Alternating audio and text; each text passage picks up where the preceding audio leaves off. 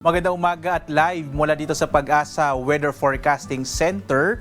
Narito na ang taya ng ating panahon ngayong araw ng Martes, July 22, 2025. Sa ating latest satellite images, makikita po natin na dalawang low pressure area ang minomonitor natin sa loob ng Philippine Area of Responsibility.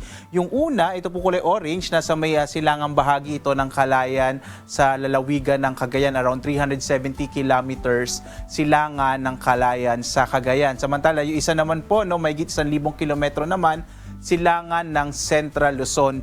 Posibleng isa sa dalawang low pressure area nito ay maaaring maging bagyo. Sa ngayon po, base sa pinakahuling datos natin, possible po yung nasa silangan ng Central Luzon. Ito yung nasa kulay red po natin. Ito po yung posibleng maging bagyo hanggang bukas. So patuloy natin itong imo-monitor base sa mga susunod pang mga datos na darating dito sa ating sa Weather Forecasting Center. So depende po sa magiging development ng low pressure area, maaaring magpatuloy yung epekto ng southwest monsoon na siyang nakaka-apekto sa kasalukuyan sa malaking bahagi ng Luzon at Kabisayan. Makikita niyo po dito na marami pa rin kaulapan na magdadala ng mga pag-ulan sa bahagi ng Luzon at ng Kabisayaan, habang sa Mindanao naman mga isolated thunderstorms ang mararanasan. So mangyari pong tumutok sa mga latest update ng Pag-asa kung alin po dito sa dalawang low pressure area ang maaring maging bagyo hanggang bukas. Base naman din po sa pinakahuling datos natin, kung maging bagyo man ang alinman sa dalawang low pressure area, ipinapakita po ng ating mga latest data na posibleng ang maging direksyon nito ay pahilaga. So medyo maliit yung chance na ito ay maglandfall kung sakaling maging bagyo man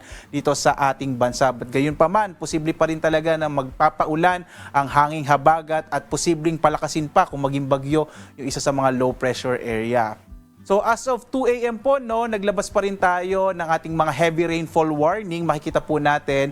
At habang nagla-live po tayo, ina-update ito ng ating iba't ibang mga regional offices. So as of 2 a.m. po muna, makikita natin naka-orange warning pa rin itong bahagi ng Zambales, Pampanga, gayon din itong Bulacan, at ilang bahagi ng Calabarzon. Yellow warning naman yung nalalabing bahagi o ilang bahagi ng Central Luzon.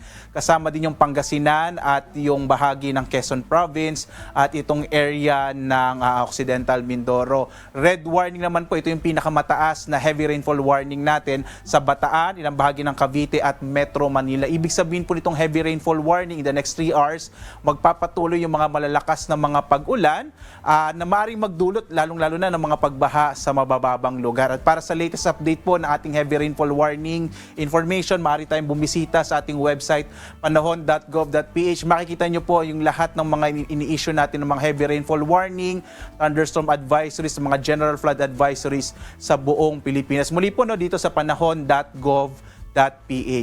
Samantala naman, as of 5 a.m., meron po tayong weather advisory. Ito naman po yung magbibigay sa atin ng impormasyon kung ano ba yung maaring mga lugar na magkakaroon ng malalakas sa mga pag-ulan ngayong araw. Makikita po natin, posible po pa rin yung malaking bahagi ng western section ng Central Luzon, yung Bataan, Zambales, kasama dito ang Occidental Mindoro, Batangas, halos malaking bahagi po ng Calabarzon, maging ang Metro Manila, yung area ng Tarlac, Pampanga, Bulacan, makararanas pa rin po ng malakas na mga pag-ulan ngayong araw. At gamit nga po yung ating mga heavy rainfall warning, bibigyan tayo ng update anong mga specific na lugar dito sa ating sa may kanlurang bahagi ng Luzon magkakaroon ng malalakas na mga pag-ulan.